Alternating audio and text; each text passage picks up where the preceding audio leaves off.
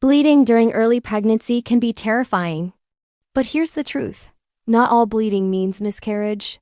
Let's understand when bleeding is normal and when it's dangerous.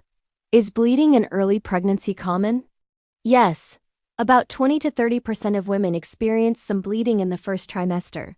Some pregnancies continue completely healthy, while others need urgent care. The key is knowing what kind of bleeding you're having. When bleeding can be normal, bleeding may be normal if it is light spotting, pink, or brown.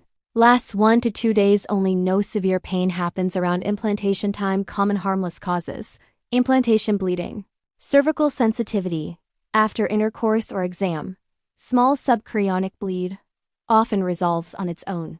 Always inform your doctor, even if it seems mild.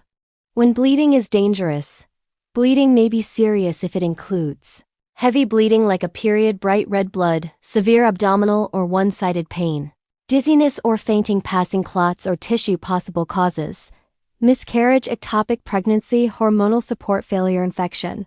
These symptoms require immediate medical attention. What should you do? If you notice bleeding, don't panic. Avoid self-medication. Contact your doctor. Get an ultrasound plus blood test. If advised, early evaluation can save your pregnancy or protect your health.